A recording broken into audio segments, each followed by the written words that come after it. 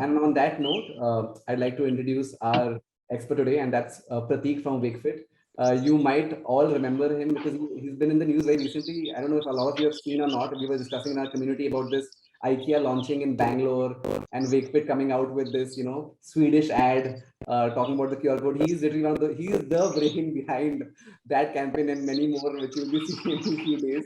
And before that, also, he's been interestingly sort of created very quirky and sort of campaigns which really stand out, right? Which are branding centric. And when I sort of gave this as a challenge, if you notice the way that I've sort of they've really executed a lot of these things has been very, very innovative and not about like going out and spending a lot of money, right? And hence, sort of I gave him this challenge, and this is the second time he's coming in because in his first session he was sort of able to do that very, very well for us in our last cohort. Just from his credibility point of view, he leads brand at Wakefit. Before that, he was leading branding at Vedantu. Before that, at PureFit. Before that, at Redbus. He's a MICA alumni from Ahmedabad, one of those really top marketing schools in the country. And on that note, I want sort of two things. One, everyone, if you can, please turn on your videos. It'll make you more attentive in the session. It is historically proven, and then also makes the expert feel comfortably at home. And then if you can put our hands together as a gesture of clapping. And Prateek, welcome to Expert. Stage is yours. Thank you so much. Thank you so much for that lovely introduction. And again, just want to while that introduction feels really good, but just want to call out that there's not just one brain behind any marketing campaign. It requires an entire army to execute the smallest of the things. And a lot of inputs, thoughts goes behind each and every communication. And I am just been lucky that I'm getting to work with the right people at the right time, and having these things as a part of my overall portfolio. So really lucky. It's actually one of the exciting times in my career as well. I'm happy that we are able to churn out things like this. And hopefully we'll be able to do it because the benchmarks are getting now higher and higher. So thanks a lot. Happy to be here. Thank you so much once again. I'll just start off. Can you guys see my screen? Yeah. Is the slides are the slides changing? Yeah. Okay, great. So yes, I'm extremely honored to be talking in front of such amazing rock stars. I mean, as Sharad pointed out, right, that I'm in no way an expert, guys. I'm just someone who's just got a little bit more skin in the game when it comes to marketing. You guys are the real experts. I would just want to take this time out to congratulate each one of you on the journey you are in, the courage and the gumption that that is needed to startup is something that can never be taught, and kudos to all of you. There's been umpteen number of times that I myself have spoken internally with friends and family, kuch apna start karte hain, but I don't think so. It only comes with people who are sort of as courageous as they can be. So congratulations to all of you. I'm only here today to just throw light on what has been some of my learnings in executing a marketing campaign. I hope that the couple of hours on a Saturday that you will spend today with me will be worth it. And all of you will take back something that can be implemented in some form or the other with your own brand, if in not its entirety. Again, starting, there were few things that were discussed right before we started the session. One is that it requires a lot of budget, it requires a lot of bandwidth, and also reason that I am being called, according to Sharad, is because I spend less and we get more out of it. But believe me, we've also spent a lot at times, and it's just one or two of those campaigns which sort of get noticed in the community, that gets noticed more than what we've done on TV or on Hotstar or on YouTube and anything else, right? So it's the sum total of all of those things that make the brand Wakefit. But I would also want to tell that it is not as expensive an affair if you really have your objective, your definition, and your output in place. what you want to get out of our brand campaign. We think that from day zero we want to become Zeptos and Dunzos or Zomatos or even Mama's of the world. But I'm just saying that there's one thing that I learned from my time at Cult, is to just try and focus on getting 1,000 true fans in a year. So if you want to make a $1 million business, all you have to do is get those 1,000 people to spend 8,000 rupees with you in a year. Only 1,000 people is what I'm talking. And that is how you build a brand. You've built a $1 million brand, 8,000 into 1,000. But those 1,000 true fans are your truest fans. And all you need to do is build brand with those 1,000 people, right? So if we narrow down the problem to just those 1,000 people, and this comes from a very famous concept by someone called Kevin Kelly. I would after this session, maybe you guys can read that article. It's called 1,000 True Fans, and we at times get overwhelmed with brand building because we feel that, oh, I have to invest in YouTube and TV and this and that and an expensive ad, a production house, everything, right? But that is advertising. Brand building is a lot more, and it involves in each and every touch point. As someone also mentioned, that it needs to be consistent across channels, and you need to, and again, as Bindya mentioned, that you have to appear human with your customers depending on the category that you're in. So if it's WhatsApp, you need to have that 1:1 connect, especially early on in your brand journey. And uh, and again, if you manage to build those 1,000 true fans, I think you've built a brand. Now, how to take that 1,000 to 10,000 to 1 lakh is where advertising comes in the picture, right? So we'll just put that into the context and move forward with our session today. What we will cover today, right? What is the right time to do what kind of campaign? There are different types of campaign, right? And you'll come to know more in the presentation. Each campaign will serve its own purpose. And not every campaign will also need a 360-degree spin, but the decision to do that is something that depends on the scale of the campaign and objective, right? Now, speaking about objective, our next point will be about how to arrive at key objectives. Before even thinking of planning a campaign, you'll need this to go back to evaluate every decision you make in the making of a campaign to truly find a solid intersection between business, brand, category, and consumer, right? Talking about consumers, it's imperative that before you start, you do some basic level consumer research. And we'll speak about ways to do it both cheap and expensive. This is the heart of your creative brief that goes out to creative partners who will help you execute and realize the business vision.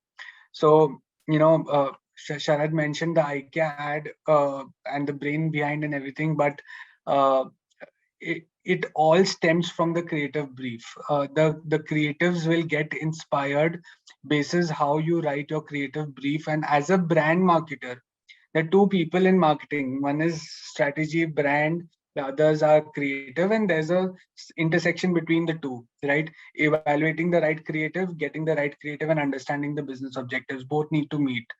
So, I mean, the better your creative brief is, the clearer your objective is, the deeper your understanding of your consumers is, the better your creative output is going to be, right? So coming to the brief, we'll talk about how do we write an effective creative brief, right? This one-page document, which will make or break your campaign.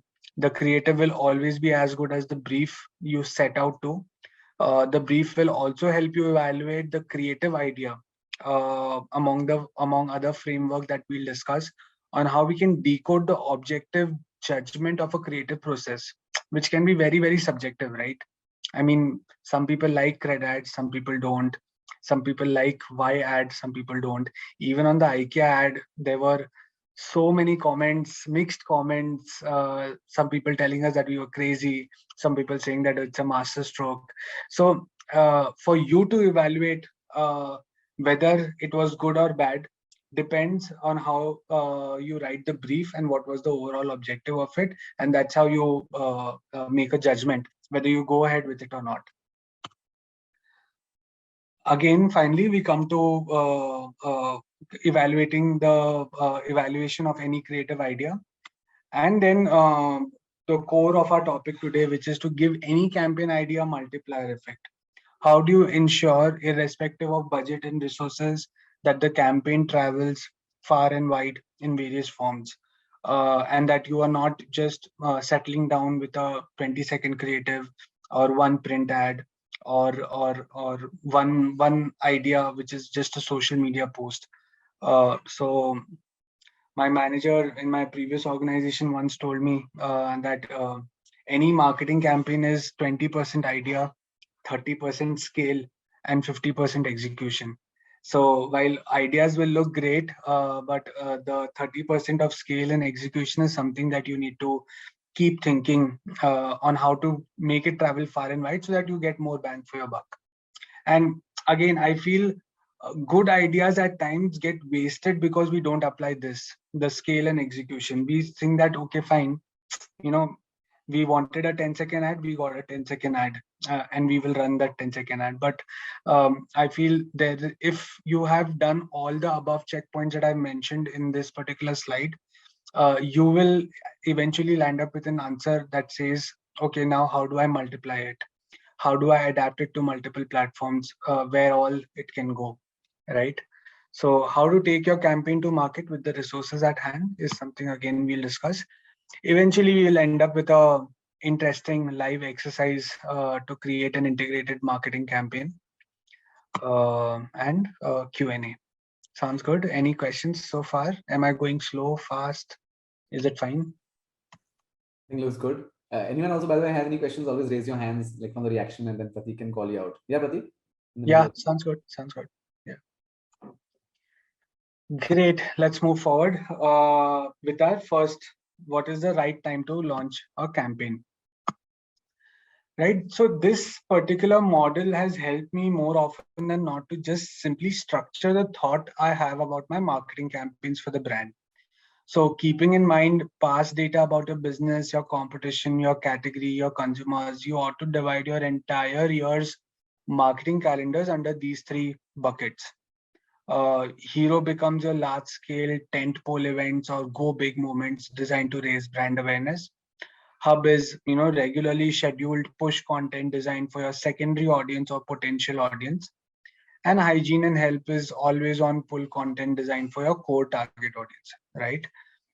If I have to just set context in terms of Wakefit, these are my hero campaigns, the ones that I do with Kumkaran during Diwali, or the ones that we do the very viral sleep internship, or the ones that we did with Vijay Raj to launch our entire furniture range, or the very recent one where we thought that the positioning that the brand should take is of trust and convenience, that it is trustworthy and convenient to order a mattress online, which is not considered to be an online activity.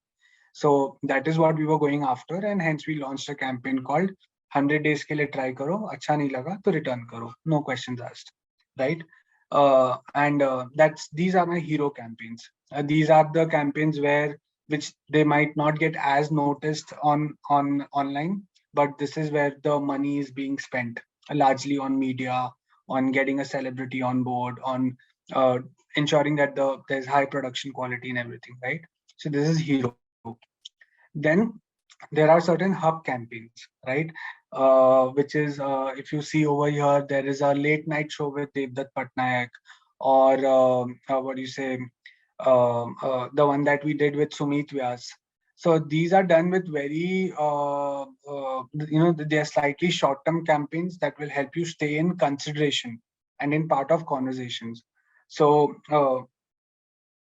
if I am in the category of sleep, what all aspects of sleep can I keep talking about regularly online and be in the consideration set of users, so that I don't always have to rely on my hero campaigns to do the heavy lifting.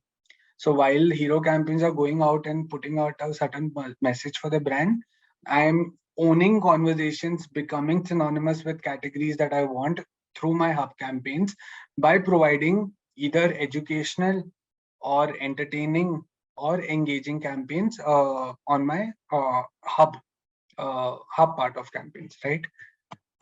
Then comes your hygiene. Hygiene is very, very user driven. There are certain things in every category that the user is proactively seeking, whether it is whether it is for me, for example, it could be how to cure insomnia, or how to make your bed before sleeping, or how to set up your room for a good night's sleep, or what is the difference between REM cycle and deep sleep and other things that are around sleep that people keep asking.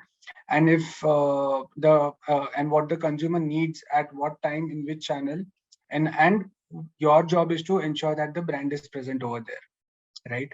So these are the hero hub and hygiene ways of planning the campaign, right? Now how to identify your hero moments, right? Now, yeah, Apar, hi, you're on mute, Apar. Yeah. The three campaigns that you mentioned, Hero, Hub, and Hygiene, do they also get divided on what channel you're running? So, for example, Hero would only be TV, or Hub would only be this channel, and Hygiene would only be social media? No, yeah. So it does get divided, but it doesn't mean that your hero campaign has to necessarily be on a offline medium or an ATL media. It could be a pure play OH campaign also. It could be a only YouTube campaign also. It could be just an Instagram influencer campaign. Could also be a hero campaign. If you are going out there with a message which is slightly broader, and your objective is accordingly aligned, and it is slightly longer term, right? It is not as tactical. For example, Hub largely I've seen is works for social media because you want to continue to be a part of conversations. Hub cannot be something on TV. Like, for example, if I want to do something on World Sleep Day, I won't take TV or I won't take print for that. I will want to have conversations around World Sleep Day on social. And for hygiene, again, because it is intent driven, people are asking these questions. This is based on my consumer knowledge that people want to know answers to these, and I become a place of thought leadership.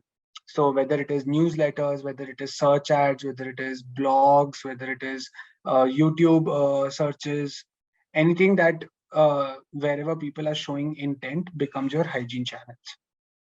Got it. Correct. Got my answer. Thanks. And there's a question in chat, which is also similar. Is hub campaigns usually on social media and YouTube, etc.? If you want to sort of address that. Yeah, as I mentioned, right, that we'll have to usually hub, because it is more tactical, more moment in nature.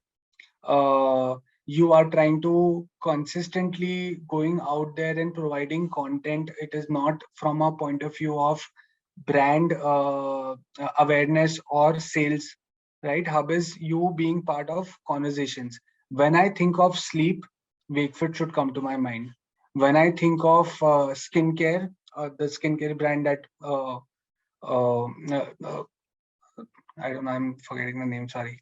Yeah, the skincare brand that Bindya is leading should come to the mind. So what all conversations around skincare that are currently happening on social is something that any skincare can, right? Any skincare can use. In case you have time, please throw light on creating campaigns of brand awareness for handcrafted home decor and lifestyle brand going online for the first time with limited budget. So, Bhavna, it won't be a very direct answer to this. But what we can do is we can probably connect after this session sometime, and let me understand. Okay, she sent a direct message, but you guys can see the message, right? No, it's a direct message, but it's okay. I think the answer is fair, Prateek. Any questions we should take, which is not part of the session, to address that. So yeah. So Bhavna, we'll connect. I'll need to understand a bit more about your objectives and everything, and we'll connect later. Hi, Prateek. Yeah, hi Supriya. So we are a sustainable and a vegan fashion brand, and it's an Correct, innovative category. So there is a lot of talking that we have to do. There are a lot of myths that we have to dispel. correct. Given that, when we are doing a content planning, and Hmm. when we're talking about even these three campaigns, they also fall in a bucket of arranging your content around it. And Correct. a fixed budget, is there any ratio that you can attribute saying that, if you do this hero can be just maybe two in a year or three in a year, and conversation should be more? How do we attribute that? Because there is also a point where we also don't want that, it's not throwing light on the products that we have, and more only about what sustainability is all about, what veganism is. So that's Correct. constant conflict and a friction that we always have in our discussions. Correct. Do you have Correct. any recommendations on that? So again, Supriya, no thumb rule to this. Yeah, and I think it is depending on category maturity, depending on your brand maturity in the category is something that we'll probably have to take a call. For example, I remember a lot of brands only doing hub for a long, long time and building such a humongous content powerhouse. I'll give examples. If you take Scriptbox, which is a Bangalore-based financial health startup, they only created beautiful content on personal wealth on LinkedIn, and they created a user base in the initial days before they could even do their very first hero campaign. And if you take, for example, 1mg, any medical query that users have around in general medicines or in general health, right? You'll see a 1mg article on it. So these are companies who have built purely on content, both hub and hygiene. So it depends on category maturity, your user acquisition strategy, which is where you have to probably invest. If you think that right now people need more awareness about veganism, about sustainability, they need to be aware, then you go out there with that kind of content. But if you think there are already a select set of customers who are buying your competitor brands, who've bought into the category, who believe in this philosophy, for them you can definitely launch a hero campaign. Like you target them specifically, you identify them on different channels, and at the same time you keep building your hub content on the site, right? So I think a lot of these questions might get clear in the next 2-3 slides as well. So we'll say how to identify your hero moments, which is the first thing. So it's a call that you as founders or marketing heads will have to take to understand if in the brand journey, the brand is ready to launch a strategic brand building campaign, right? Even within this strategy, your key objectives are deep rooted, aligned, and stemming from core business objectives and or problem, right? Never ever launch a strategic campaign if you think awareness is not a problem right now. Again, so Supriya, if you think your problem right now is awareness, that there are enough customers out there, but they are not just thinking about me, then awareness is a problem. But you're saying that this category right now needs education. And before I can go to talk about myself, I need to talk about the category first and become synonymous with the category first. Then you do your hub campaigns, right? So never ever launch a strategic brand awareness hero campaign if you think awareness is not a problem right now, but something else because of which you're not growing, right? And always look for long-term consistent messaging of your strategic campaigns rather than boosting sales or solving a communication problem. So for example, my customers don't understand this problem, hence I want to launch a campaign, should never be the reason unless you think communicating the solution to the problem will help you build a brand or grow business in the longer term. There will be other ways to do this, but not through a hero campaign. Seasonal, on the other hand, like the word goes, is dependent on 1 minute. Yeah, the slide is not changing. Yeah. So yeah, what I meant was that there are two types of hero campaigns: strategic and seasonal, right? And I just mentioned what strategic is, typically done when brand or product has found its product market fit. with indicators like good review and NPS, right? And seasonal, on the other hand, like the word goes, is dependent on seasonality. For travel, it is the holiday season, the long weekends. For fintech, it might be the first days of the month or a budget announcement. For e-commerce, it is largely your artificial or natural seasonality that creates a shopping frenzy, right? Whether it is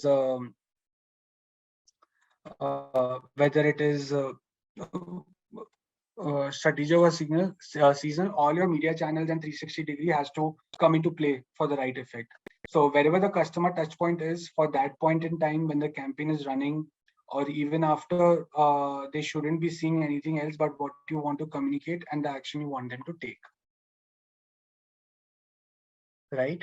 So two types of hero moments, strategic and seasonal. Strategic is deep-rooted communication and core business objectives. Seasonal is more related to your tactical campaigns, and those can be hero as well.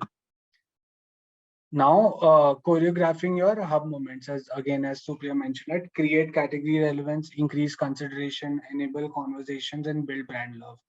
These are your core reasons of doing your hub moment campaigns. So identify key days that are important to your category and design content, specific content that relate to your brand with it. So it could be World Sleep Day for your mattress brand, or Women's Day for athleisure, or Coffee Day for a coffee brand, or even something like, you know, celebrating birthdays. Do this consistently every year, but keep expectations very clear from this, that it is only for people to start looking at your brand beyond just the product. Put in the brand essence. Why was the brand born? How do you want to touch lives, whether it is through humor or any other emotion? Identify one such moment every quarter, maybe. If you start thinking budget first, you will never be able to execute. So take, for example, sleep internship from Wakefit, right? The idea in itself is so viral that year on year, we barely need any media money to push it forward. We only need to spark some light, and then word of mouth does it for us. Same happened with Kumkaran, where all it took for us to create a LinkedIn profile for the guy, and people branded the move as a master stroke or whatever. And good ideas will be appreciated on the internet, no matter how small or big your execution is. And again, we often get enamored by fancy production budgets and celebrities and more. But if you think idea first, stay close to your category. Don't think ad when thinking about hub. Think content that will add value, and you will be rewarded. So if you are in the category of veganism and sustainability, just think how, when people interact with this piece of content, no matter what it is, it's a newsletter, it's a video, it's a social media post, are they feeling richer after interacting with it or not? And if you've provided value, you've done your hub campaign right. And we need to do it consistently to be synonymous with the category. Okay, so category relevance, increase consideration, enable conversations, and build brand love. And this is where my examples of Scriptbox and 1mg come in the picture, because I remember seeing a Scriptbox article consistently, how to save 1 crore before you're 40. And that particular hub, and I don't know if they were running it as a hub campaign or a newsletter or a blog post, but that particular thing really hit right. 1 crore seems like such a big amount, but when they break it down saying that, okay, this is how you need to save, this is what compounding means, like these are the mutual funds that you need to do it, this is the emergency fund that you need to prepare of, if this is the salary that you're earning or you're saving every month, this is the percentage that you need to keep invest. And it made me richer in terms of thinking about personal wealth. And that's how I became a customer of Scriptbox, not through any hero campaign. Even if you see, I think even if you take the D2C examples for that matter, the Whole Truth creates amazing content, beautiful content. And I think all that they've done right till now is only hub campaigns. They've not done a hero campaign at all. And through these hub campaigns, with their overall brand positioning that food in its current form is lying to you, we are here to give you the whole truth about healthy food. And that is their messaging platform from which each and everything stems, right? And they are just doing a campaign right now, which is serving, which is building synonymous for them with the category and building brand love. Yeah, and Prateek, one more thing, I'm not sure everyone will be aware about the sleep internship. Just like maybe whenever you discuss it, maybe like a 1 minute on what it was for people. Kumkaran we shared as a pre-reading for them, but I think sleep internship. Right. Yeah, it's relevant. Got it. So sleep internship, I think, is one of the craziest ideas that I've ever heard of. And again, it is not. It had been executed even before I had joined Wakefit a couple of times, and both times it went crazy viral with very minimal spends. The idea is simple. Wakefit is a mattress brand. As a mattress brand, you want to own sleep. If you want to own sleep, you talk about sleep in a fun way because that's the brand DNA. What is the fun way that you can talk to people about sleep um, uh, to an audience of 25 to 34? You announce that we are giving you money for sleeping. You just come, sleep on our mattresses for 100 nights, do an internship with us where you just sleep for 9 hours, and we will give you 1 lakh rupees. And we open out applications for people to apply. And I think the first time we did, we only took a few channels, like few newsworthy channels like In Shorts, and it went viral. The second time we got an influencer on board along with In Shorts, the website crashed. So I think, yeah, that was a whole thing about sleep internship. Didn't need massive budgets, didn't need massive production value. It just needed a crazy idea that went viral. That's it. In the second time, Jovita, the season one was around 1,15,000 people. Season two was I think 5.5 lakh people who signed up for this. And mind you, the registration form is huge. Huh? Like it's not a 4-field form that easily people fill. It's why do you feel passionate about sleep? Uh, Tell us why we should choose you. It's a proper roadies type of form, like very elaborate. Based on that, you sort of interview and then you select 15 interns who will sign up for this. So yeah, and very I mean, if like I don't think so we spent like I mean it's a crazy ROI that we see for this particular campaign.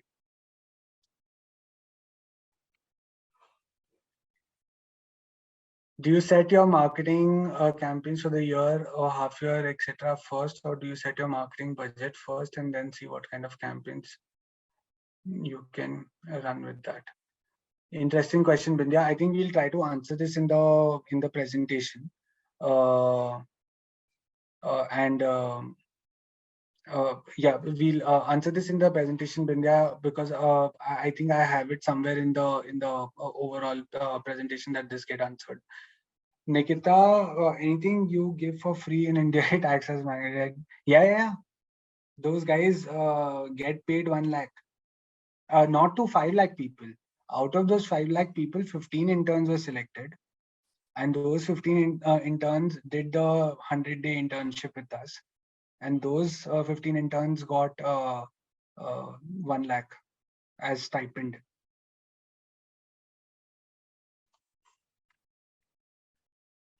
Got it. Okay. Coming to hygiene. Yes. Yeah. So there are these hygiene campaigns are your always on campaigns, right? It's something that you do on a daily basis, just like your personal self, right? And hygiene, which you need to maintain yourself without even making new connections, without which even making new connections will be difficult. And even maintaining old ones will be difficult.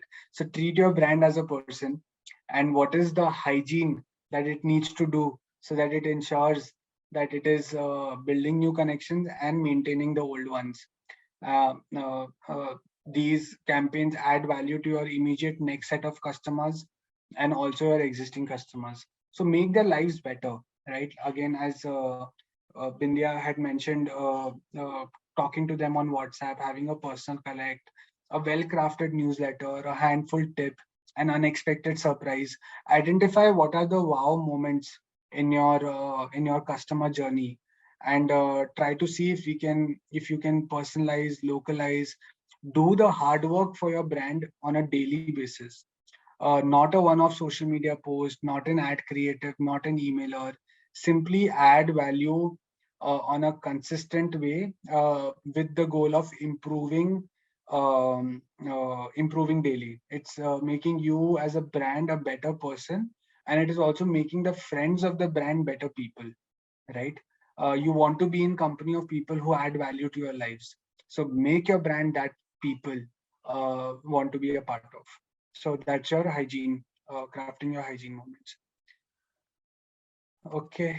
So now as step one, what you've done is you've listed down. Now coming to Bindya's question, right? That what do you do? Bindya, you do hero, hub, and hygiene. Then what you've done is you've listed down every month in the calendar. You've pointed out key days that are relevant to you and your category. You've identified some core consumer problems that has to be solved as hygiene. And you've also thought about what you want to achieve as a business and a brand going forward, which becomes your hero, right? So you define this for your brand. Now it can stem from I want to achieve X revenue. Hence, I need to invest X money in brand, and hence I need to with this X money, these are the campaigns that I can do. Because the other way around also could be that you forget about revenue and money that you have. You simply try to see hero, hub, and hygiene. Hero will solve my brand awareness, largely what I want to position my brand as. Hub will talk about my key days relevant to the category, relevant to the consumer. And hygiene will talk about key moments that I can own as a brand. And you list down these hero, hub, and hygiene campaigns. Hygiene will probably be once every month, always on. Hub will be once every quarter. Hero will be once every 6 months. And then you define that, okay, if this is what my calendar looks like, now let me see what is the kind of budgets that I will need. Then you arrive at the budget, and then you maybe think, okay, can I do this cheaper? Can I do this in a separate way? Do I need to invest so much? Is my brand ready? Is my product ready to invest in all of these together? That's when you get into overall planning of the calendar, right? Why I'm saying expectation and alignment, because what happens at times is that we expect one idea to do everything. Okay, it should get me sales also. It should give me engagement also. It should people should talk about it on social media also. It should build my brand also.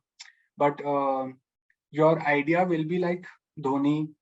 There will be greatness in it, but without the objective, you'll first optimize the campaign to solve the wrong thing, and then blame the campaign for not performing. So we can't expect Dhoni to bowl 4 overs in 2020 and then expect he will win it for us by taking wickets. Let your campaign do what it is suited for, right? Align and set expectations across all internal stakeholders that I am doing this campaign for this particular objective. I'm doing Y campaign for this particular objective. And this is how we will evaluate. And this is what it will give returns in the longer term. Yeah, Vikram. Hi. You're on mute, Vikram. Make the same mistake every time. So I'm a co-founder of a luxury bedding brand called Bedlam. So just the question is around the fact that most of our marketing is centered around social media. Correct. But I don't understand that, in terms of the hygiene, people aren't really searching for stuff on social media for you to run hygiene. And then furthermore, in terms of hub, there isn't a schedule that people are, you're posting on some sort of a schedule. So how Correct. Does that fit in with the fact that your primary channel is something which doesn't align with either hub or hygiene? Correct. See, how do you define your primary channel, Vikram? See, the primary channels need to be defined as two ways. One is uh, where the consumers are, right? And if you think that there are certain set of consumers who are on YouTube searching about how to make beds, how to make your bed more comfortable, or for that matter, even on Google, if there are certain set of questions, or even for that matter on Quora, how do you choose? I mean, there are multiple forums on Quora and on Reddit where people are talking about doing up your bedroom, tips to make your bedroom more lively, more comfortable. If you're just identify if the consumers are there on those channels and then add it in your channel mix. And these can be done, again, we'll talk about it later in the presentation, when you have a deeper understanding of your consumers. If there's any problem that they're facing right now, where are they seeking those problems? What do they like to read about in general about home decor or bedroom decor? What is their decision making cycle when it comes to luxury bedding? How do they decide the budget? What do they see in terms of deciding the right bedding for the right budget? A lot of these questions will emerge just by talking to consumers. Then you identify where those questions are being asked, if they're being asked on social media, if they're being asked on YouTube or Google, and then you devise your hygiene campaign over there. For social, I feel, your calendar will keep working, but hub campaigns are largely more if you want to own something around luxury bedding. For example, if you want to become synonymous with comfort, see what all conversations that you can own throughout your category, throughout every quarter, where you can own the conversation around comfort and devise your hub campaigns accordingly. But we will answer a lot more of these, and things will get clear on how to decide the right channel mix in terms of reaching out to the right people at the right time. Okay. Yeah, Manjunath, hi. Yeah, hi Prateek. So my question is like with a limited budget.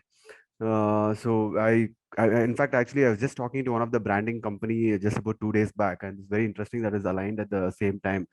Helps us to make better decisions. But my question is, when we have limited budget, do we equally divide among all the three? That is Hero, Hub, and Hygiene.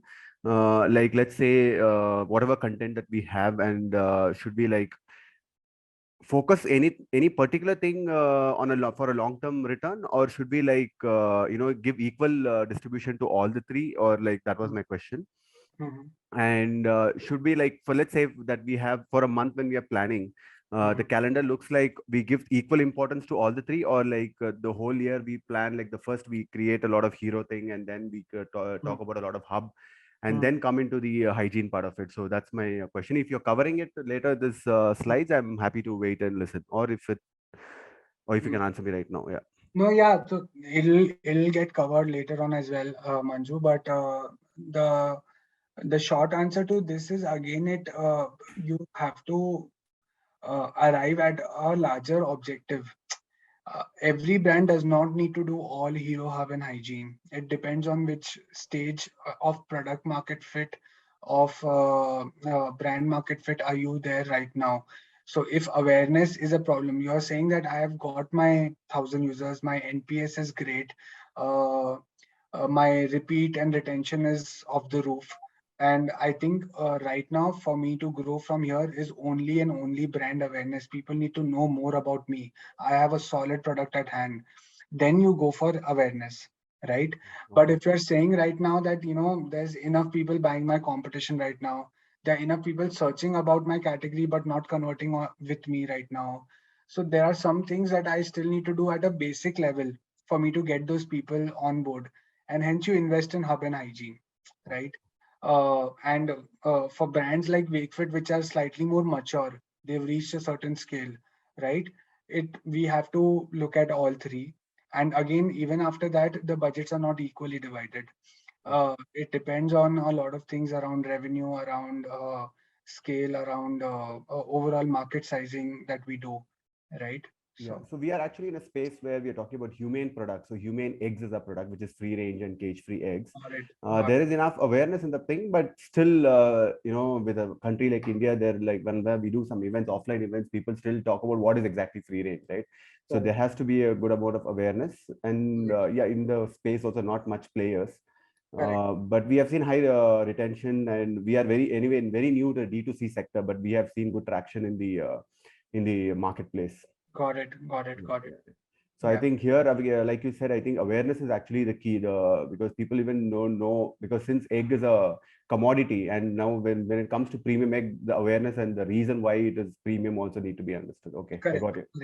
And again, see, guys, we get overwhelmed when we talk about awareness and brand campaigns, right? We think that we have to do massive.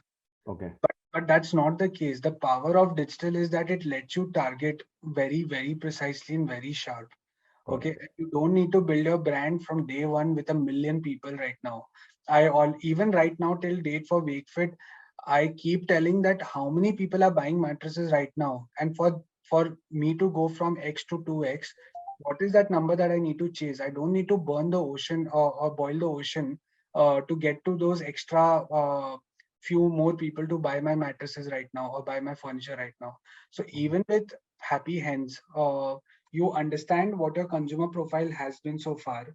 You see, you maybe talk to them, float a media consumption survey with them, identify their demographics, identify their psychographics, do a proper consumer profiling, and then see how you can find more consumers like this person who's been buying from you repeatedly online, on Facebook, Instagram, and just invest certain budget with a good creative only on those people.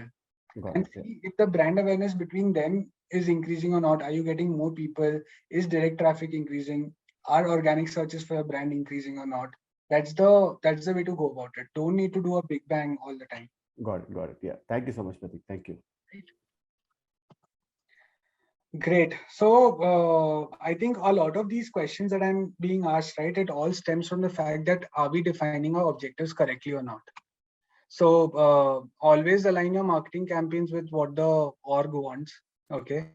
Always start with business objectives and then derive your brand and media objective from that. Only take those objectives that can be objectively measured.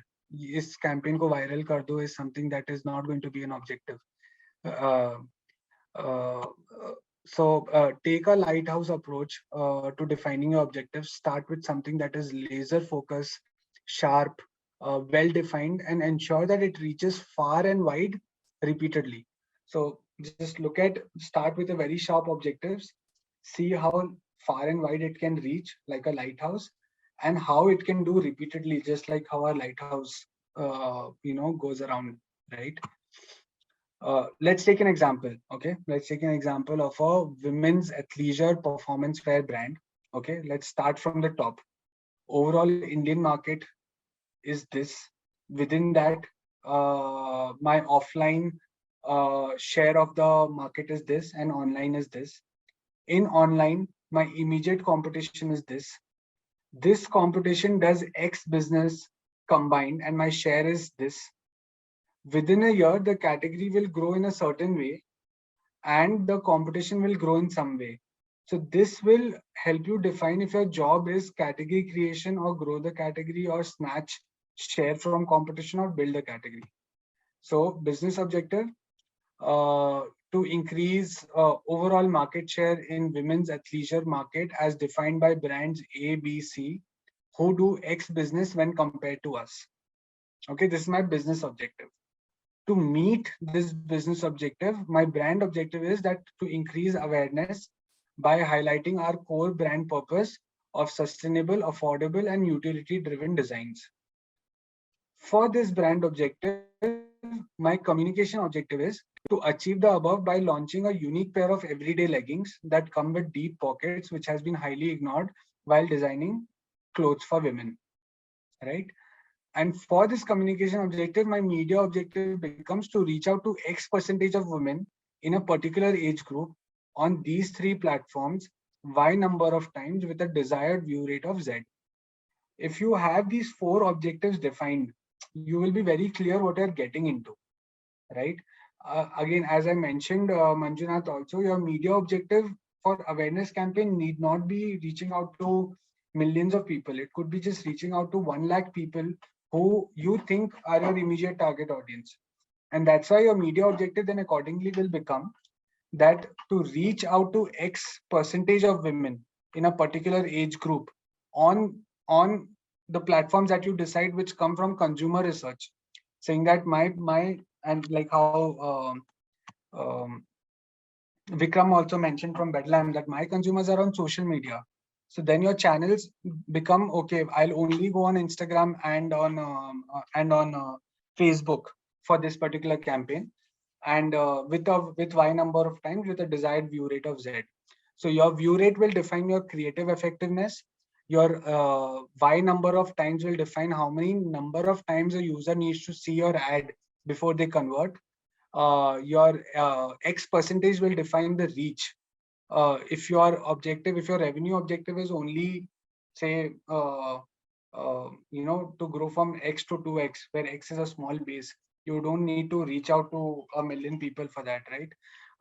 And hence you define your X percentage of women or your reach according to that, and that becomes your media objective. From a communication objective, again, you need to find your product market fit. In this case, this is everyday leggings that come with deep pockets. I'm talking about this because I mentioned my brand objective is that I'm utility driven. I am utility driven. I am sustainable. I'm affordable, and hence my communication objective is stemming from my brand objective, which is my brand purpose. And your business objective again is to grow market share as defined. Define your market share. You can't be, as a new age D2C brand, you can't be competing with Nike. There are 5 other D2C brands in the women's athleisure space. They are doing XYZ business. My aim is to either snatch share from them or grow the category or do something else. So this will give you clarity on what you need to do next. Any questions on this slide?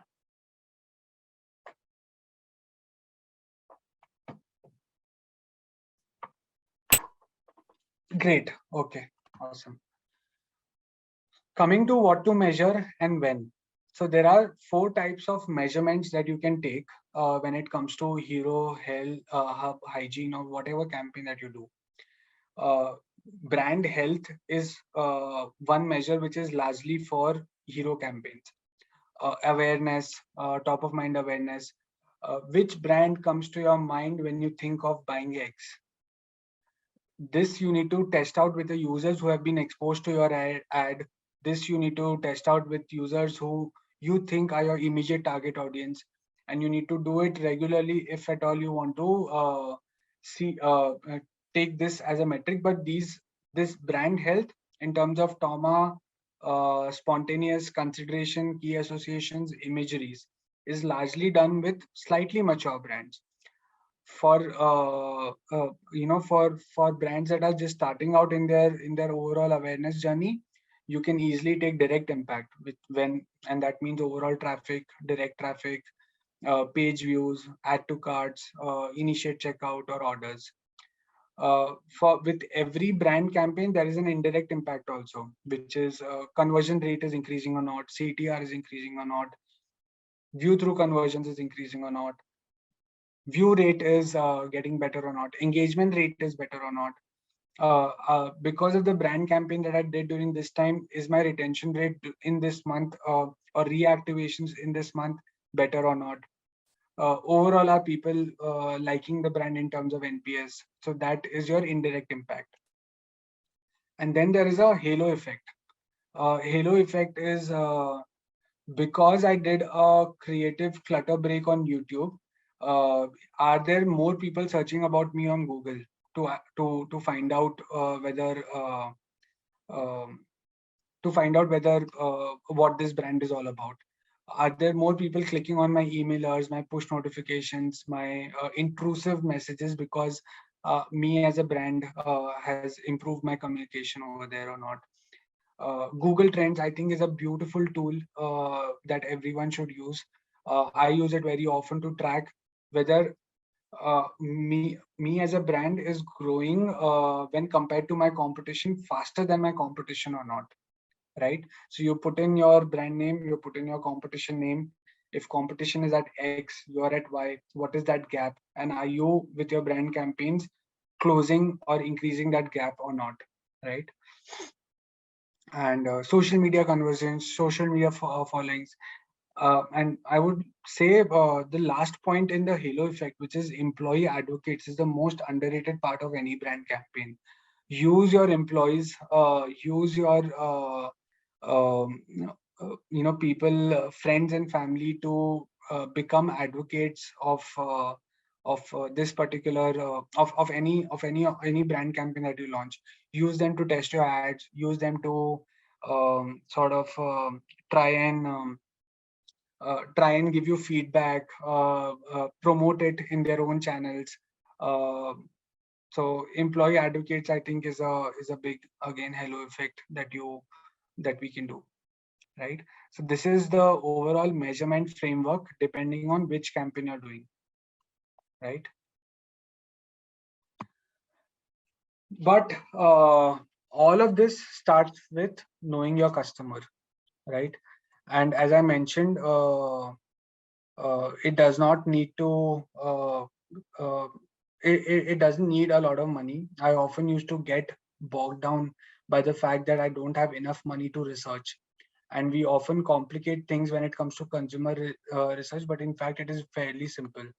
There are enough signals out there to learn more about your consumers, from Twitter threads to Facebook groups to Reddit forums to Quora questions to your customer queries to Amazon reviews, friends and family, expert articles, and more. I would say create a WhatsApp group of your power users, of your consumers, and use them as your sounding board in return for some goodies. I'm sure by this point in time you have 10 people who have bought first from you, or you have 10 people who have bought repeatedly from you. Create a simple WhatsApp group with them. Tell them that in exchange of something that we will give you every month, we all need is some participation from you to help us grow the brand. And you will be amazed with the kind of insights you can get without spending anything, right? So for example, I am doing a research where I am trying to see people on Wakefit who have bought more than once. Like, more than defining positioning of your brand as a marketer, you need to understand what the positioning of your brand is there from the consumer's point of view. And I don't know right now what is the answer to that, as to why people are buying again and again from Wakefit. What is it that gets them? Why are they choosing me over competition? Whether it is sleep accessories or mattresses or furniture, what are they doing, right? So that is something that I'm going to be talking to them. So but if I have to talk about other ways of knowing more about your consumers, it is a profile of purchasers in the last 12 months. It is a demographic understanding of traffic from Google Analytics. It is a qualitative user persona definition by picking up the phone. Call your consumers, ask them which channels are you watching, which programs are you watching, which influencers do you follow, which celebrities do you like, uh, which other brands do you like, what do you like about those brands, who's in your family, which phone do you use. Like, just get deeper understanding of your consumers for you to target this particular persona sharply. You should have a very clear definition of what a typical consumer of your brand looks like. Am I targeting people who watch Nagin, or am I targeting people who watch Crown on Netflix? Which kind of which kind of people am I approaching? Accordingly, your communication, your brand definition will become more clear, right? Uh, Qualitative user persona, focus on new emerging markets. Like, for example, before I went out with a hero campaign, I just floated out a survey, a media consumption survey. Which languages do you watch or consume content? Which apps do you use often apart from social media? Which channels do you watch on TV? When do you watch TV? Is it usually in the evening or in the morning? So a lot of these questions get cleared in my media planning as well. And try to understand source of awareness. I mean, simple question, call your initial few buyers, ask them, where did you hear about us?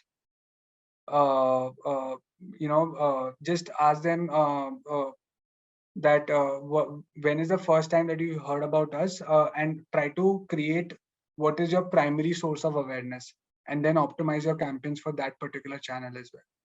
So these are some of the things that you can do in easy ways to just simply understand your consumer better. Yeah, Sainath, hi. Hi, I'm the co-founder of Hivado as well. My name is Shraddha. So Prateek, what I've been doing for the last a month almost is exactly what you've just kind of laid out. I've been calling my customer. I've been calling, we have a customer base of 1,500 users. So I've been calling my top 100 or 200 customers. I've been trying to understand demographic. I'm trying to understand what they watch, what they like, what they don't like, etc. What are the other competitor brands they use? Now, what I'm struggling with is how do I now kind of create a definite customer profile? I have all the data. It's kind of put in a survey form. How do I now accumulate all that data and create my ideal? Is there a certain tool I can use, or what should I do? Because now I have so much, which phone do they use to what Netflix show they're watching, etc. But how do I create that guy? That's what I've been kind of struggling with. Correct. No, so there'll be a lot of tools available if you just search for user persona definition and templates to form your user personas. And again, Shraddha, not necessarily that there will be just one single user persona. It can be, say one user persona is double income, no kid couples. Okay, one user persona could be early jobbers and young professionals, right? So there might be multiple user personas that are emerging, primary or secondary or both primary or something like that. So I think identify those patterns, see what probably ties all of them together with the data that you've just received. But just search for defining user persona for your brand on Google. I think you'll get enough articles and more on this particular thing.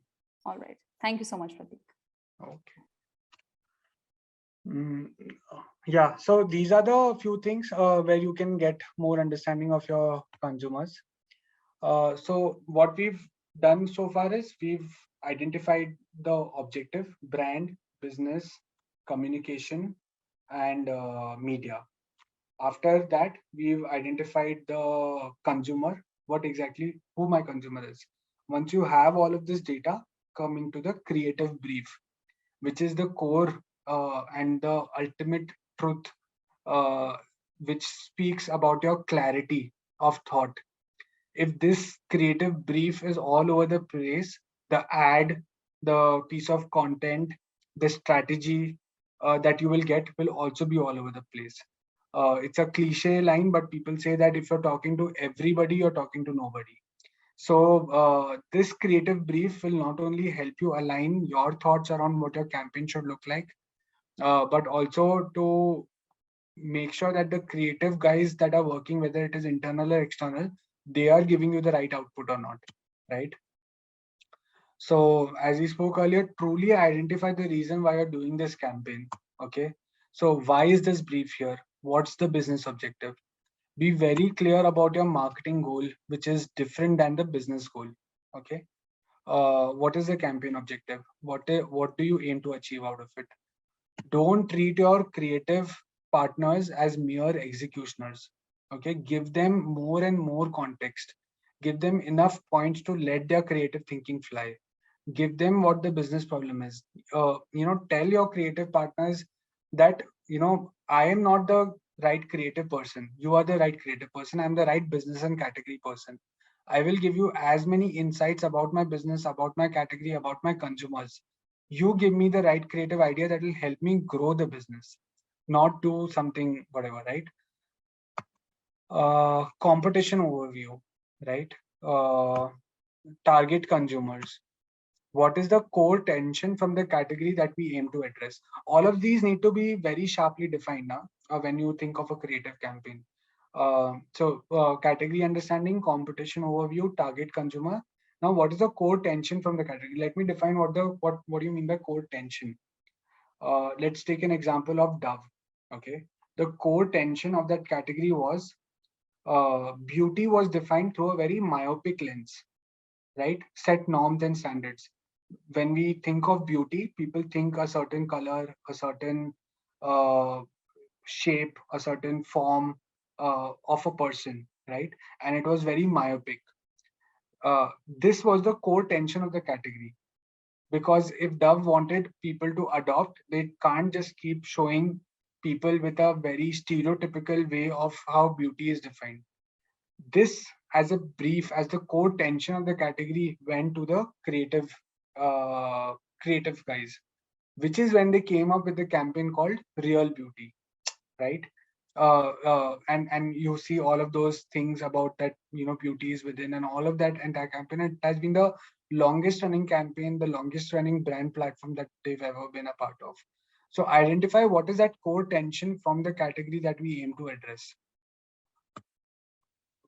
How are you the best poised to address that concern?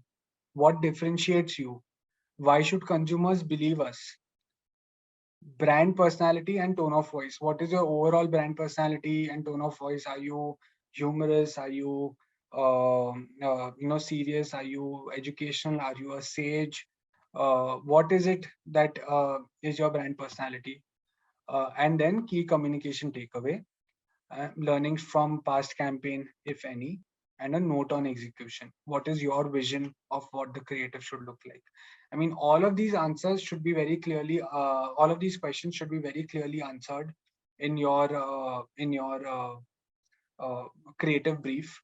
And I think it will not only help you give more clarity on what you expect from the creative, it will also give the agencies or the creative partners working on this more clarity on what they need to provide you.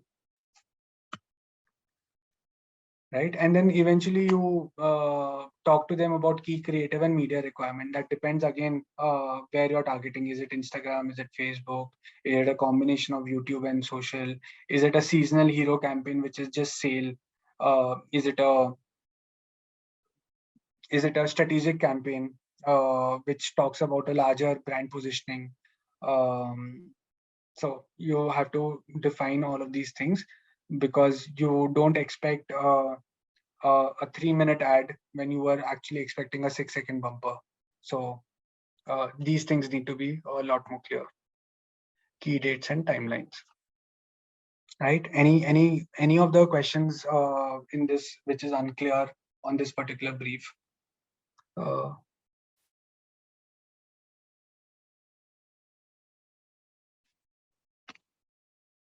There's a question in chat, I think, Prateek.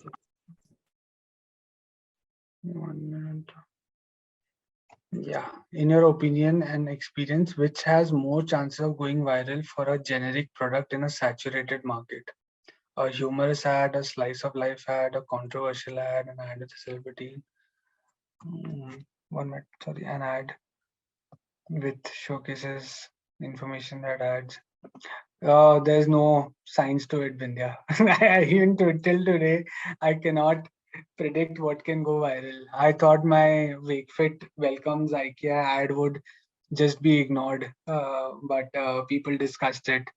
I mean, it's very difficult to predict what will go viral and what will not. But I think if you have clarity on these questions, right, at least you know that you're heading in the right direction. Don't start with the objective of it going viral. Start with the objective of what, start with the goal of what you want to achieve out of it. And then apply the creative idea and the creative lens of virality on it. We'll speak more on this in the later slides, and I'll let you know. Right, 1 minute. So yeah, again, to recap, we have done objective, we have done we did measurement, we have done objective, we understood the consumer, we wrote a right creative brief, and finally we are now evaluating the creative idea. Now our creative team, your agency has come back and they've presented an idea to you. What is that broad framework with which you can evaluate the idea, right? And I call it the DRAME framework. So DRAME is D for device, R for repeatability, A for awareness, I for insight, and M for media friendly, right? So we'll explain each of these things with an example. Do you guys remember this brand?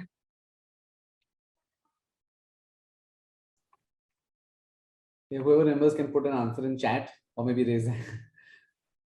Naukri. Yeah. Right, right. And how did you know that this was a Naukri ad? The names, the imagery, everything that was used. Hari Sadhu especially, you're right. Correct, Very correct. catchy. Correct. So the device in this particular Naukri ad is Hari Sadhu, which is how people remember your ad from. There needs to be a device in your ad, right? Whether it is Hachka Kutta, whether it is Vodafone Zuzus, whether it is Hari Sadhu, whether it is Cred's way of doing Rahul Dravid, Indira Nagar Ka Gunda, whether it is Kumkaran, one device with which people will remember your ad, right? That is a key, one thing that you need to remember. Second is repeatability. You need to ask, will I watch this ad again and again, right? Or is it just once, dekh liya, nahi dekhna aur ek baar? Because with any ad you need to achieve frequency, and with if the ad is not enjoyable multiple times, then people will end up skipping. You will not get the complete visibility of your ad. You will not reach the desired frequency. You will not build recall. So need to ensure that the ad is repeatable. There's a repeatability factor to it. You want to watch it again and again. It's fun to watch it again and again. Awareness. Again, people should know which brand we are talking about. It's not like we built an amazing ad, but people don't remember the brand, what brand that ad is about. And a lot of times it has happened and it will happen. अरे वो ad देखा था, brand याद नहीं आ रहा, but ad मस्त था. There will be people who will be talking about it. So there are certain things that YouTube also says that, you know, you ensure that in the first 3 to 5 seconds, you integrate the brand. You ensure that you have a logo on top right or top left. You ensure that the messaging is simple and the brand is integrated in the storyline. So all of those things you need to make sure that people are aware of about the brand, right? Insight, very, very critical part of any device. Creative. Ask your creative partners when they present the idea to you, what is the core insight that we're targeting, right? I have given you a brief. I have given you all context. You give me what consumer insight are we targeting based on my consumer definition, based on my business problem, based on my product benefits, based on my target market, right? So over here, the insight was people don't leave their jobs, they leave their bosses. And I thought it was such a beautiful insight. Naukri could have easily gone the way of saying that 1 lakh jobs available, or change your career, grow your career. But that is not actually the insight. When do people change jobs? People change jobs when they're fed up of their bosses. And that's when the Hari Sadhu character came into being. And that's how you remember the ad. And that's how you want to go to Naukri to check out how I can get rid of my own Hari Sadhu in my life, right? So a very core life insight is something that you need to crack and make it media friendly. What exactly are you optimizing for? Sometimes creative will get overboard saying that it needs a 1 minute, it needs 3 minutes, but identify where your maximum media inputs is going to go, right? If it is to drive social media conversations, if you expect people to share it a lot, maybe that 1 minute is fine. But if you want people to watch it again and again, the bigger your ad is, the more expensive media is going to be. And hence you need to ensure that it is media friendly, whether it is a 6-second ad or a 30-second ad or whatever it is, right? So this DRAIM framework, DRAIM, device, repeatability, awareness, insight, and media, is something that you need to use to evaluate your creative idea that comes to you, right?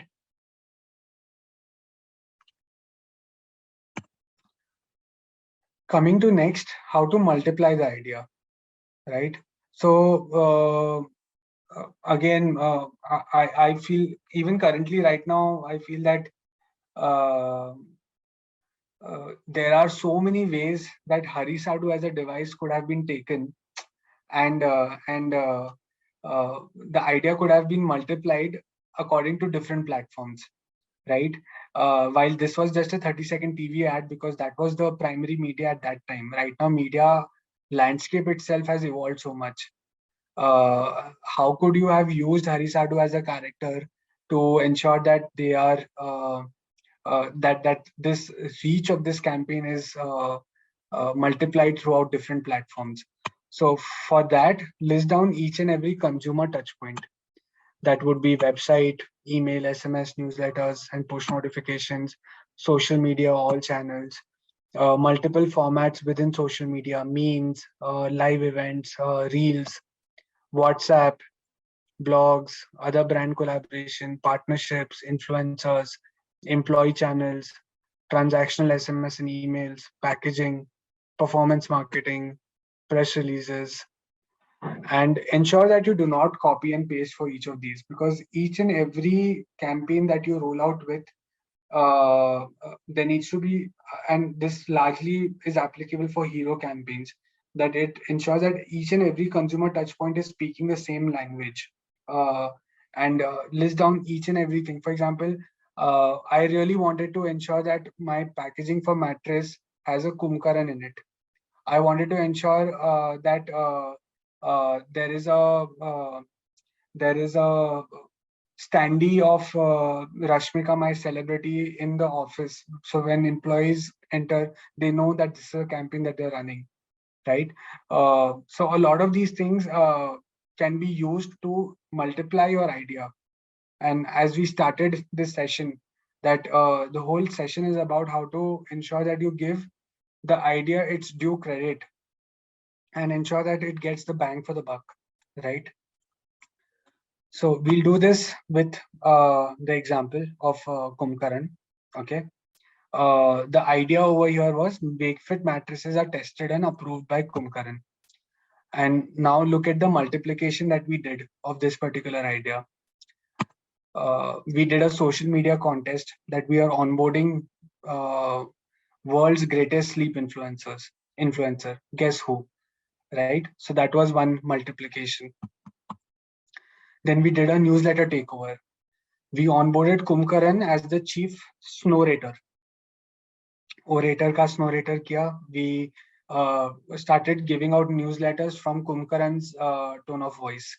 He started giving out tips on how to sleep better, on his life philosophy, on how sleep is everything, on how he's testing out the mattresses. Then this is something that went truly viral, is when we created a LinkedIn profile. We thought that if the idea is that Kumkaran is testing our mattresses, that means he's an employee. And if he's an employee, that he should have a LinkedIn profile where he's listed Wakefit as his employer. If he's listing Wakefit as his employer, what designation we should give him? So we gave him a designation of CSO, which is Chief Sleep Officer. So we created an entire LinkedIn profile, properly filled in. My previous employers were Ravana, not happy with them at all. All the detailing that went behind, just really bringing him alive. And that is the beauty of social media, right? Like, social media was started for people to interact with people. It was never, brands just tried to intrude. And I realized this when we created this LinkedIn profile, because I got more engagement than ever in 3 to 4 days than we've got in months for Wakefit, because people like to interact with someone who's sort of having a conversation. So try and see how your brand is having a conversation on social media with people, right? So Chief Sleep Officer is something that we created an entire LinkedIn profile.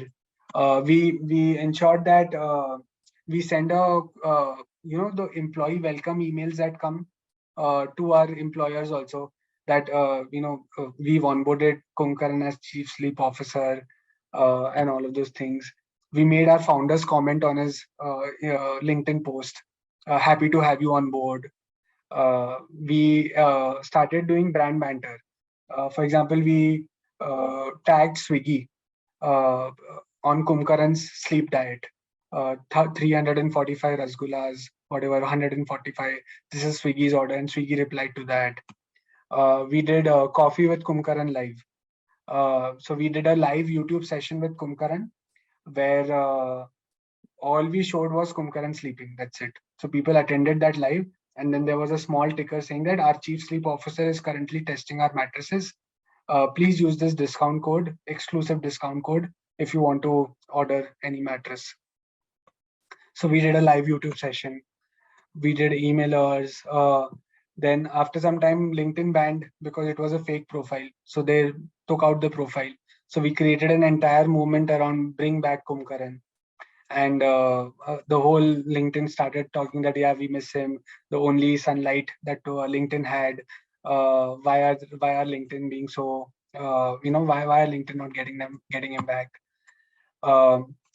We created a email ID, kumkaran@wakefit.co, and we asked people who were engaging in our comments to start emailing him, asking him how he is, what he's doing, how his sleep quality is. And whenever people used to email him, they used to only get out of office replies. I am currently out of office. Please email me for testing the mattresses. Here's my coupon code. Please go and order.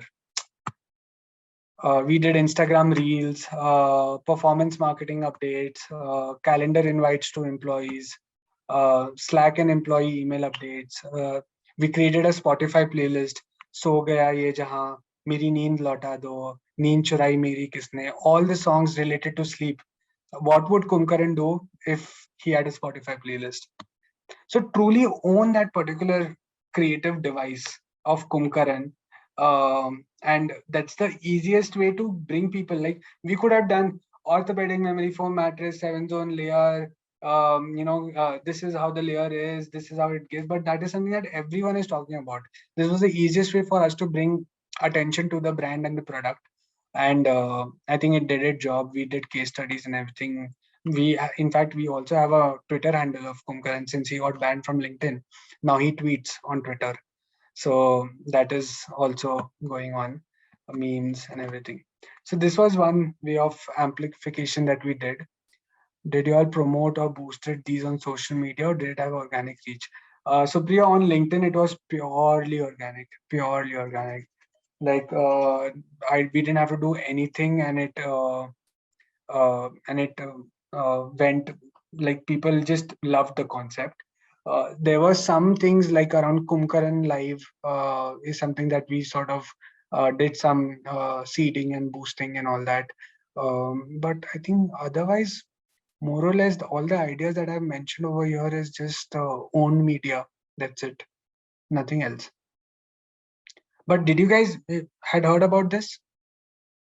I don't know. I mean, that's the true test of this campaign being. But I think Sharad sent as a case study, so you would have known. So that's why. Yeah. Okay, cool.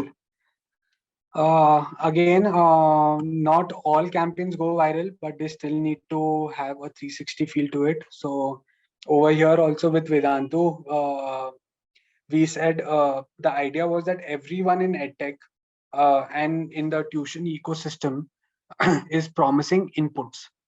Inputs is that we have great teachers, we have great classes, we have great product, we have great XYZ, but nobody is guaranteeing output, which is what truly just what the parents cared. And this again came from consumer research, that after 8, 9, 10th, we only want results, we want improvement, we want marks. We want to ensure that the base is set for board exams. And JEE NEET is anyway, nobody's giving JEE NEET to become better, knowledgeable, right? They all want to crack the exam. So we came with this concept called Vedantu Improvement Promise, where improvement in marks or improvement in rank guaranteed, otherwise pura paisa wapas. And if you see, the multiplication is, we created an entire Vedantu student anthem. We created a campaign on LinkedIn, who's the VIP of your life, because this was around VIP, Vedantu Improvement Promise. So, and we thought that VIP in this case is our teachers. So we asked people on LinkedIn, tell us who's a VIP of your life, because at some point in all our careers, someone has played an important role in our career growth, right? Training the teachers, landing pages, emailers and newsletters, email from the CEO, influencers, ads on PhonePe. So we created ads on PhonePe, like on contextually on mutual funds. For example, if PhonePe is saying selling mutual funds, stock markets up or down, no guarantee, but improvement in marks, full guarantee. Vedantu Improvement Promise. We created ads on cricket, 6 or run out, no guarantee. Improvement in marks, full guarantee. So all of these contextual ads to again amplify the campaign further. Finance ads, as I mentioned, social media posts on the concept, journey communication, employee advocacy. So yeah, this is how we created and amplified the campaign on Vedantu as well. So yeah, this is what the framework is all about. Find the key device and insight in your idea.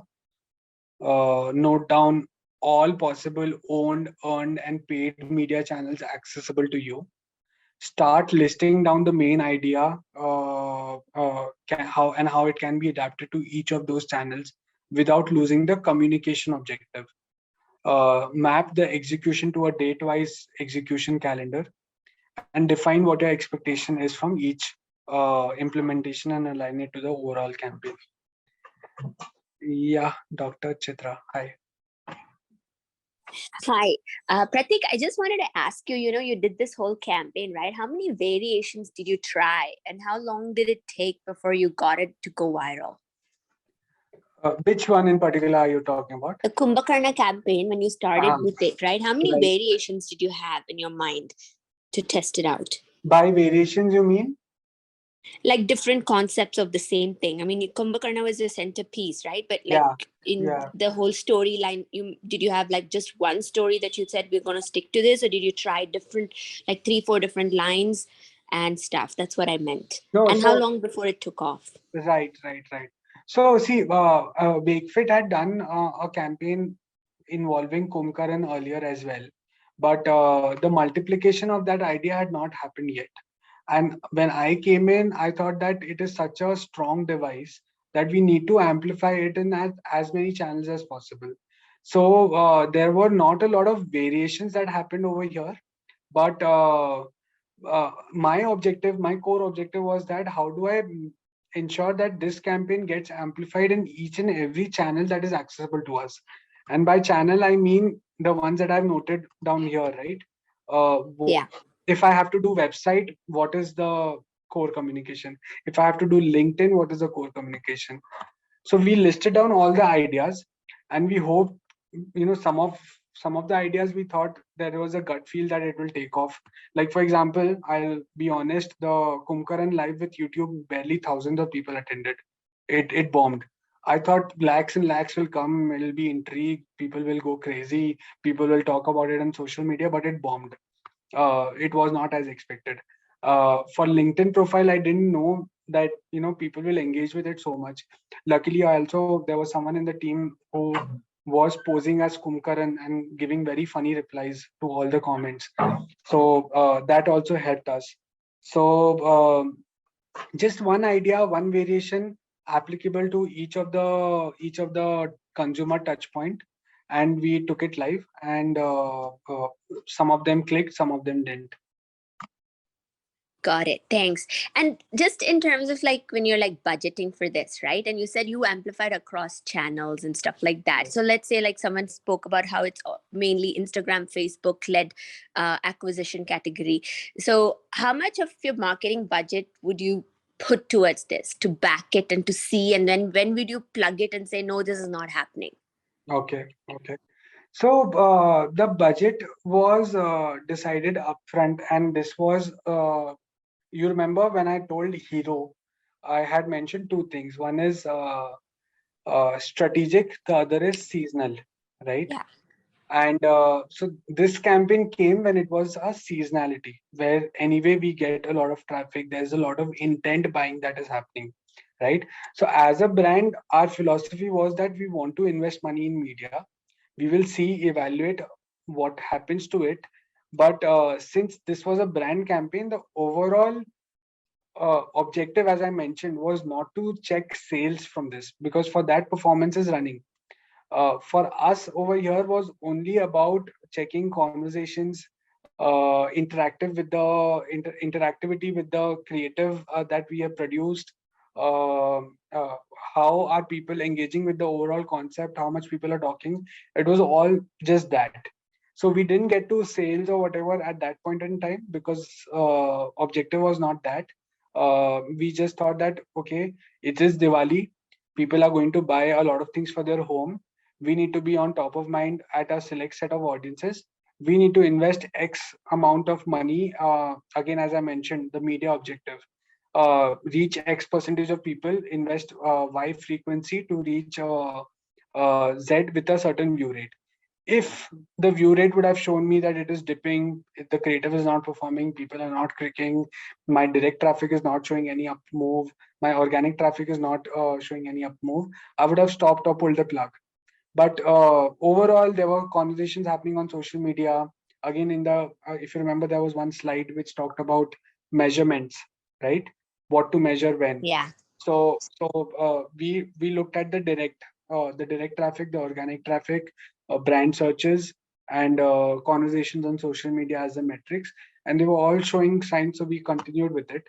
But if at all there were, like for example, we know Coffee with Kumkaran live bombed, and we invested a few lakhs to promote it.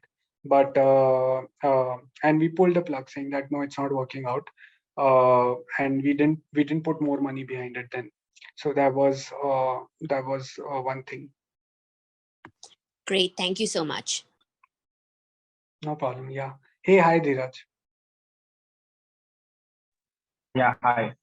So I wanted to understand your second campaign that you showed about Vedantu. So now for Vedantu, specifically committing for scores or the marks, the results. It's a very huge commitment that you take. So how do you kind of ensure that the brand lives up to it?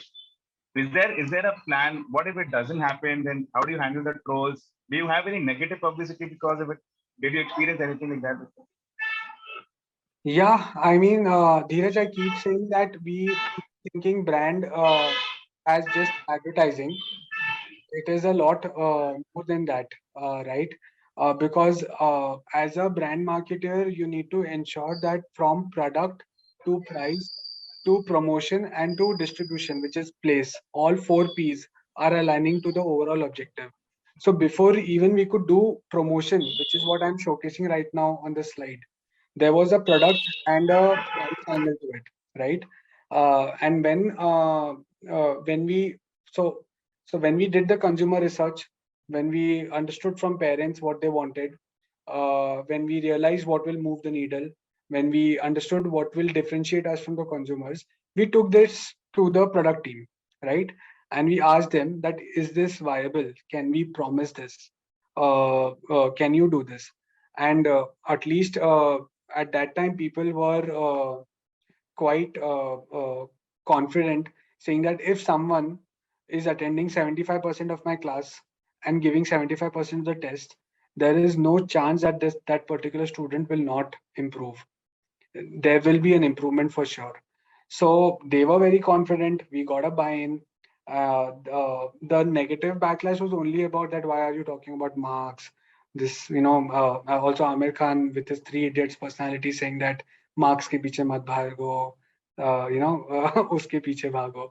So all of that backlash was there, but I think it's still one of the successful campaigns that Vedantu has done, and I think they continue to do it. So that means it has worked even after I've left. It's been a year, more than a year. Yeah. I think there is one question from Bindya also. 1 minute, can't see it. Mm.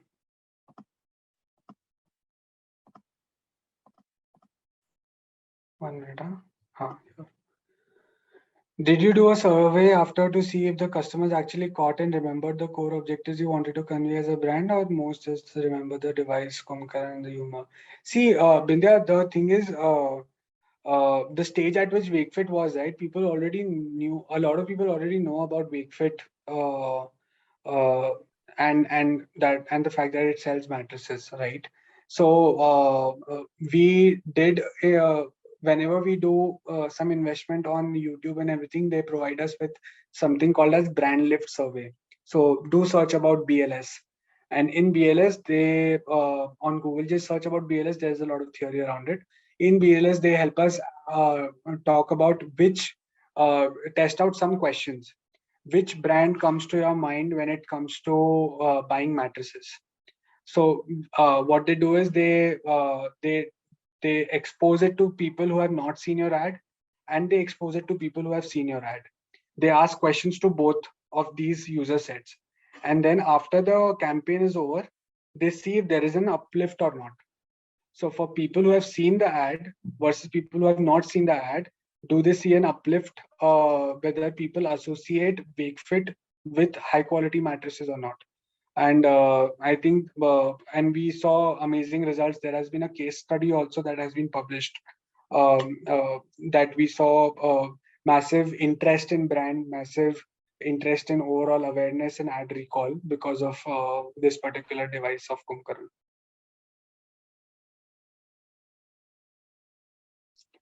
Got it? Okay. Cool. I think we can move ahead. 1 minute. Yeah, there were some questions that you guys have asked. How to make unit economics positive for the funnel? I think, again, as I mentioned, right, it depends on which part of the funnel are you optimizing for.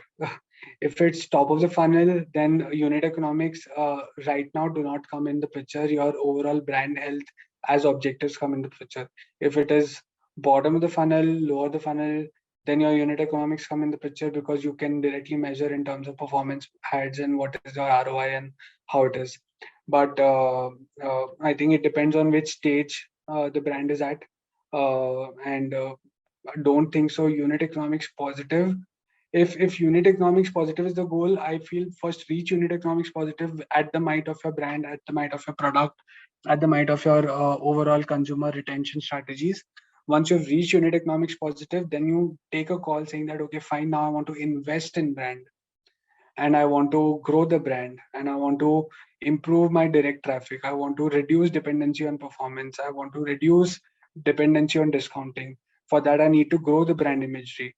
And that is when you invest in top of the funnel, right? For a brand with multiple products with different propositions, how do you ensure that the brand message is delivered consistently across all platforms at all times, not just a time-bound campaign? That's true,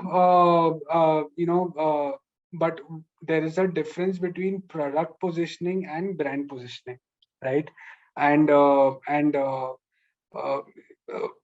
like, for example, if I have to take a very crude example, saying Asian Paints brand positioning or brand platform is "Har ghar kuch kehta hai ki isme kaun rehta hai," right? That is the consistent message that they do, no matter what their product is. Now, if there is a product that specifically talks about distemper, or talks about spray painting, or talks about speed painting, or talks about emulsion, then that obviously will have to change. But overall brand messaging will still remain consistent, which is the brand platform, right? So for us also, as at Wakefit, I can't use Kumkaran to market study table or study chairs. but we sell those. So it depends on where 80% of your business is coming from, which products. And those products, if there is a certain way you can align your overall brand positioning. And with that brand positioning, can you talk about all the three things or not? All the four things or not? Yeah, Aditya, hi. Hey, so Prateek, my question was around around the framework of Dream, where you spoke about the device, right? And you walked us through how it can be from a Hari Sadhu to a Kumkaran to a VIP, which is like just a symbol in some sense, right? Correct. So my question is, what sort of framework do you apply when you're thinking of that device? And what are the various kinds of devices that one can come up with? Okay. There are multiple devices, I think. If I have to again give examples, right?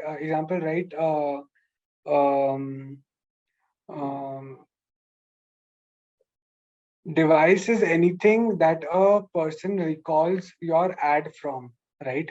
So if the Hutch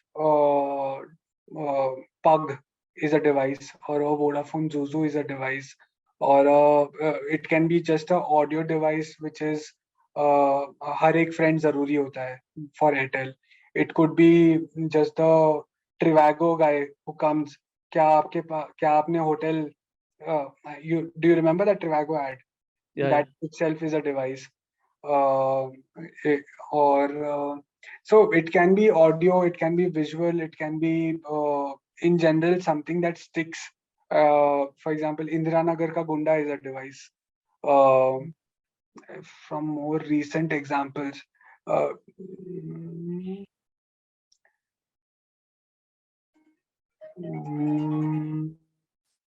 celebrity itself can be a device. For example, Amir Khan playing different roles in the Coke ad, if you remember previously, Thanda Matlab Coca-Cola series, where he's playing a watchman, where he's playing a farmer, where he's playing other roles.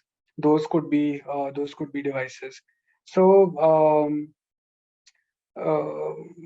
White Hat Junior, if I have to give a very crude example, is them discussing that कि इसको placement या इसको whatever, I don't remember the ad exactly, but they mentioned something about a 10-year-old guy talking to like fighting for, like the entire device was that there are startups lining up to give that guy an offer because he learned coding on White Hat Junior. So that could be a device. So I mean, there are multiple things. If you study ads, a lot of ads, even international ads, they have some amazingly creative devices. Search for monster.com, STORK, Stork ad. Okay. The ad is a beautiful ad where they show someone sitting late at night printing, an employee in a very secluded office. And then they show the stork coming from the window and looking at him disappointed. Then they go flashback that it was this stork who weathered the storm, weathered different condition to bring that person up, and he's eventually doing this just to create that device. So you remember that ad from the stork. So check that out. That is also a device. Nike's Dada Ding. That's how I remember the ad. The Dada Ding, the tune, right? That is a device. So I mean, yeah, multiple things can be audio, visual, creative, video. Cool. Thanks. But don't. I mean, if you consider yourself a creative person, if you think that you know how to make ads, then please get into the devising part of it. But if you are getting creative partners on board, right, who will think for you, give them the freedom, and you evaluate basis the framework. Got it. Right. Great. Yeah. So let's create a 360-degree campaign. I think time for some exercise. If we were to launch this campaign today, do you guys firstly remember this campaign? Yes, whoever remembers, why don't you put some examples on chat? Which brand is it? Vigil. Okay. See, Nikita has already mentioned Jalebi. Jalebi is not the brand. Jalebi is the device.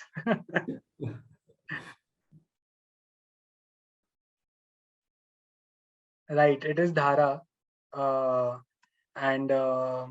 So check out the ad, okay? And apply the DRAIN framework on it, and see how you can, if this ad were to launch today and you were the marketing head or you were the CMO, what would be the device and how would you multiply it basis, what would be the device, what would be the insight, and how would you multiply basis all of this? Yeah, all of these. Every consumer touch point, okay? Clear the question. So this is like a quick assignment. Right, Prateek, we are wanting to think of if you were to relaunch Dhara's Jalebi campaign today and amplify it, what are all those things you could do? Yeah, Sharad, can you message the ad link over here if possible? Or else I have it 1 minute. No, I'll just share it now. No problem. Okay, you have it ready? Look it up. It'll take me a minute. Okay.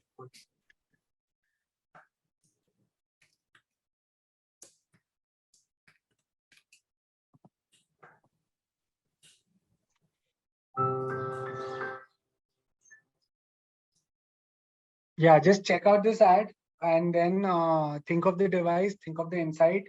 And if this ad and this campaign were to launch today, how would you amplify it with as minimal budget as possible with this framework of all consumer touch points to multiply it? And Prateek, can they put the responses in chat or they write it on paper? Or they can put it on chat one by one? What is your thought? Yeah, they can put it on chat. Yeah, let's do it. We can give them 2-3 minutes and we can then start reading out the chat responses. I have a few ideas as well that I can present. Perfect. So another 2-3 minutes. You just watch the ad and please note down what are those channels if you were to launch Dhara's ad today, how would you sort of amplify it? Give me 1 minute. I'll just come back in the meantime. Yes.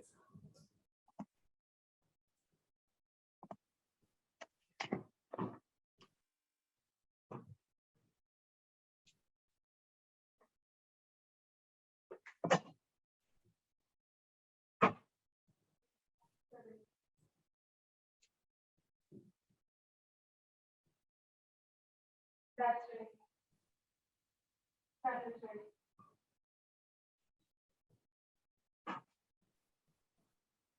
No, how I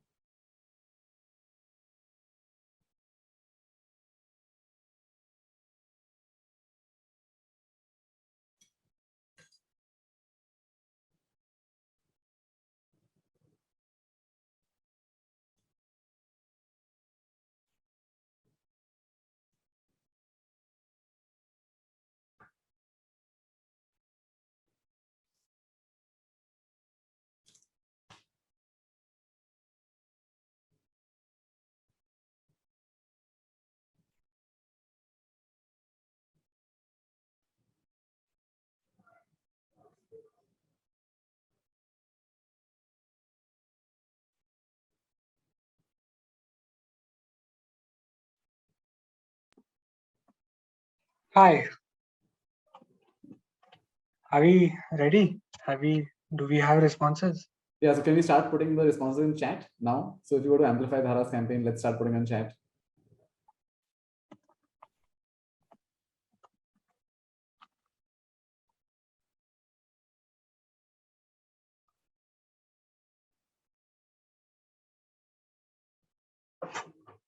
some more responses also, I think. If you were to do Dhara's campaign, what are those ways or touch points you could say? Okay.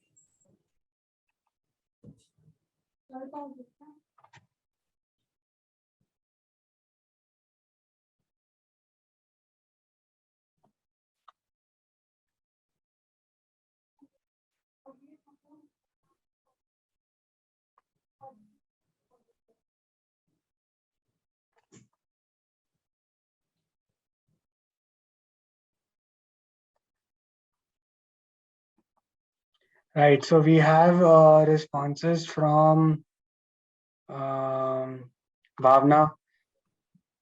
The same boy, now 16, 17, returns home after attending a summer camp and asks for jalebis. Yes, that could be a good spin-off of the new campaign. But I was saying that if this exact same ad would have released, what we would have done. In fact, the Bhavna, your idea was already executed by Uber Eats. Check it out. Uber Eats did the same campaign where this guy comes home. He's now old. He's still fond of jalebis, and he's ordering jalebis from Uber Eats app. So check that out. Then we have Bindya website. Yes, benefits of using Dhara oil. Recipes using Dhara oil and how to make crisp golden. Amazing. Insta lives with eating jalebis. Yes. Packaging kit with jalebi. Yes. Follow up across channels when the kid finally leaves home for college. Okay. FB, Insta, YouTube, quick 10-minute recipe videos with kids making it. Device jalebi. Yes. Brand banter with Swiggy and Zepto to deliver jalebis. Yes, amazing. Where's the party tonight music? Every week, same person's house is picked because of the good healthy, no outside home, but same home every week. Okay. Make the best jalebi using Dhara. Yes, good. A challenge because they talk about Shuddhata. Yes. Nice idea, Supriya, again. Asking people to express their stories about childhood and mother recipes. The boy is away from home while walking towards the seas jalebi and it takes him to the calls up his mom and then thinks in his mind Dhara. Okay. This is it, right? 1 minute. Have I read all responses or I've missed something? No, yeah, we've reached. Any more responses I want to just input quickly, but yeah. Awesome. No, so great ideas, guys. I think some of the ideas you will see has also been great. But let's just start from the basics. The device is jalebi, according to me, because that's how I remember the ad. And the insight is that home food, mom's cooking, want of a child of jalebi is the parameters of innocence. And because oil usually is being talked about, the core category tension of oil is that it is harmful. The job to be done by the brand is to portray that it is an innocent oil. It is an oil that is pure, that is not harmful. So for me, these were some of the ideas that I had brainstormed. Like, what if today you bid on jalebi as a keyword? I mean, that is the simplest way that you can do, right? Who would be bidding jalebi as a keyword? And whenever people search for jalebi, they see that your ad by Dhara oil. As Bindya also mentioned, jalebi recipe on website with Dhara oil. On the launch of campaign, treat your employees to jalebis. See if they posted on LinkedIn, they posted everywhere else or not. With the ad, collaborating with Swiggy and Zomato, somebody mentioned Zepto to showcase this ad when jalebi is ordered. So every time a jalebi is being ordered on Swiggy and Zomato, there is an ad that plays about this particular thing. Dhara oil can sort of on big basket say use code jalebi to get ₹100 off. There's a song called Jalebi Baby. So if you can make a reel on that, you could have a contest on recreating the ad because it's such a simple script, right? Contest to make your own how to make jalebi video on YouTube with Dhara oil. Like the biggest trends that people have observed on YouTube is is cooking, is recipes, right? And if you can make something like that and get outsourced content, that could be one of the other ways. Message Jalebi on WhatsApp and get recipes or get discounts. Different shapes of jalebis across the country. That could be social media posts around it. Different jalebis, but one oil to rule them all. Sending jalebi cooked in dhara oil to influencers and moms. Jalebi making competition sponsored by dhara oil with MyGate and societies. So, I mean, the ideas could be numerous if the devices are if the device is strong, right? And we already got in such a small time, we got so many multiplication ideas. Customers sleeping on Wakefit mattress and dreaming of the jalebi ad, right?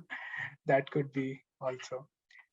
But if you see the ones on presentation and even the few ones on chat, they're very easy to execute. It does not require any budget, and you're just trying to make use of all the touch points that are available, right?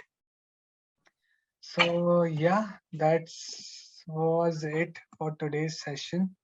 Thank you so much. I hope this was helpful and I didn't just went blabbering. I hope some of these things will be useful in your next campaigns. I'm happy to connect with you separately or help out and even learn for that matter on how to do a 0 to 1 or true 0 to 1 that they famously call in startups. Yeah. Okay, great. So for Prateek, first, thank you so much for your time for doing this. I'll just take control of your screen, if you don't mind. Yes, I'll just stop sharing, yeah. Great. So, I mean, I just want to sort of take out 2 minutes, sort of summarize a lot of those things which we sort of covered today. One is, like we started, right? Brand is a moat, and we all want to do branding, but we sort of figure out how do we go about it? Can we afford it? I hope today's session sort of really broke a lot of those myths which we might have, and sort of break down branding as a process, one that's more approachable, that's more doable, that's more actionable, and that's more measurable, right? If I sort of want to sort of think through Prateek's session, is it's all about building on that core insight that's unique to you and your brand, which you can amplify and multiply across every touch point. I mean, this entire 5-minute exercise that we did on Dhara sort of opened up all of our minds to creatively realize what all we could do today with lower budgets, right? To sort of amplify that as a brand, or using Jalebi as a device. And I mean, I always sort of thank Prateek because I've not really seen that happen across many brands. And and when that sort of gets broken down as a process, it's really something very easy and actionable to sort of do for our businesses.